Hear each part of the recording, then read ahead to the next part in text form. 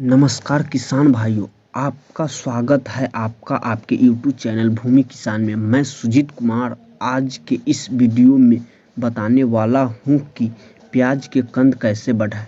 किसान भाइयों, इस वीडियो को पूरा अंत तक देखें क्योंकि हमने इस वीडियो पर काफ़ी ज़्यादा रिसर्च किया है। यह रिसर्च बिल्कुल वैज्ञानिक द्वारा रिसर्च की गई है। जानकारी देने जा रहा हूँ। आप भी जानना चाहते हैं कि वैज्ञानिक विधि क्या है? इस वीडियो को पूरा अंत तक देखें। चलिए किसान भाइयों, वीडियो को शुरू करते हैं। प्याज के फसल में कंद के विकास के लिए सबसे ज़्यादा ज़रूरी है कि आप सही समय पर उर्वरक की पूर्ति करें, क्योंकि वनस्पति बढ़वार के समय जितनी ज़्यादा पत्तियां हरी भरी रहेगी तो वृद्धि करेगी, विकास करेगी, उतनी शानदार तरीके से प्याज के तना स्टेम वह विकास करेगा। वह ट्यूबर दोस्तों 6 दिनों में विकास करेगी। ध्यान रखिए कि आपके एक स्ट्रैटेजी अपनाना है। आप देखिए, प्याज के फसल पर ओनियन फार्म पर नाइट्रोजन की पूर्ति हर एक किसान चाहता है और जानता भी है कैसे नाइट्रोजन यूरिया का इस्तेमाल किया जाता है। ढेर सारी यूरिया का इस्तेमाल कर ही लेता है। कुल मिलाकर नाइट्रोजन की पूर्ति कर तो लेते हैं, उससे पैदावार नहीं बढ़ती है।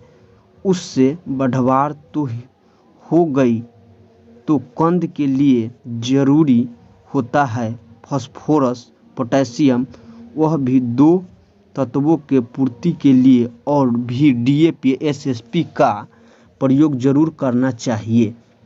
बुआई के समय या नाइट्रोजन, कुल मिलाकर नाइट्रोजन के साथ साथ फास्फोरस और पोटेशियम की पूर्ति जरूर करना है।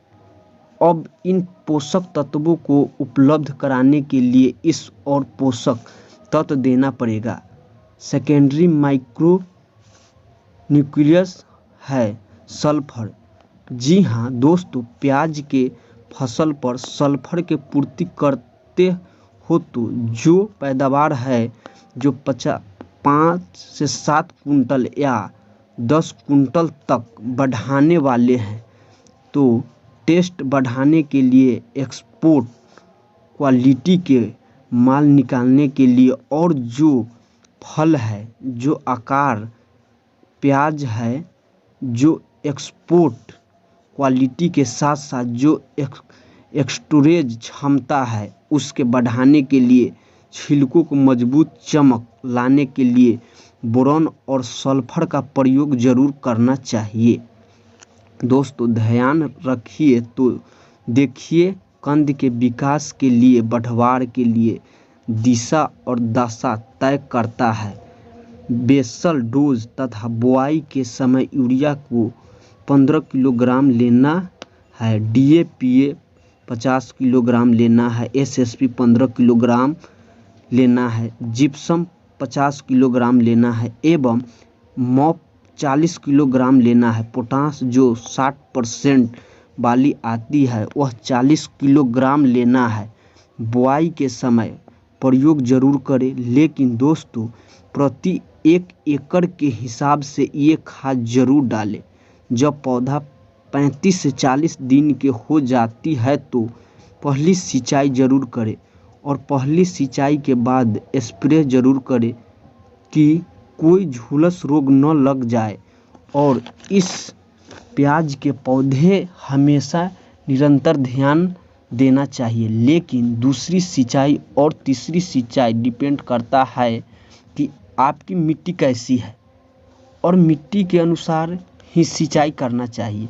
कहीं कहीं रेतीली मिट्टी होती है, कहीं दोमट मिट्टी होती है, कहीं बलुई मिट्टी होती है। जैसे देखा जाए तो राजस्थान में ज़्यादातर रेतीली मिट्टी ही होती है। इन बात के ध्यान रखना चाहिए कि मिट्टी के सही अनुसार सिंचाई करना चाहिए। यह भी ध्यान रखना चाहिए कि कंद के जड़ में फंगस न लग जाए। कभी कभी फंगस कंद पर भी अटैक कर जाता है। इन सब बातों को हमेशा ध्यान रखना चाहिए और इन